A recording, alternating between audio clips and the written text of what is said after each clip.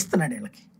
Okay. DMK ఏంటంటే సుదీర్ఘకాలం పాటు కాంగ్రెస్ తో పొత్తులో ఉండి ఎమ్మెల్యేలు ఇచ్చింది, ఎంపీలు ఇచ్చింది, రాజ్యసభ స్థానాలు ఇచ్చింది బలంగానే.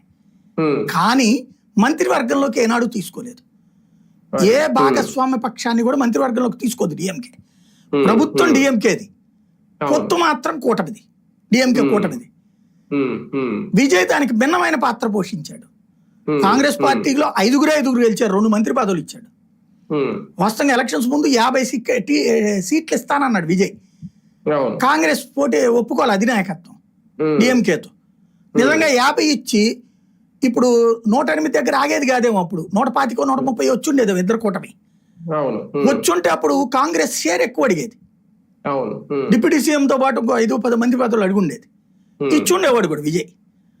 ఇప్పుడు వీసీకేకి ఇచ్చారు, సిపిఐ సిపిఎంలకి ఇచ్చారు మంత్రి పదవి, కమ్యూనిస్టులు తీసుకోలేదు అంతే. బీసీకే ఐయుఎంఎల్కి కూడా ఇచ్చాడు కదా అతను. ఇప్పుడు వీళ్ళందరూ నిన్నటిదాకా ఏళ్ల తరబడి డిఎంకేతో ఉన్నారు, వాళ్ళు ఉండి పదవులు తీసుకోలేకపోయారు, ఎమ్మెల్యేలుగానే మిగిలిపోయారు. ఇప్పుడు వీళ్ళు ఎందుకు వదిలేళ్ళాలి ఇతన్ని? అంటే ఇప్పుడు విజయ్తో కలిసి వెళ్తారా ఎవరు?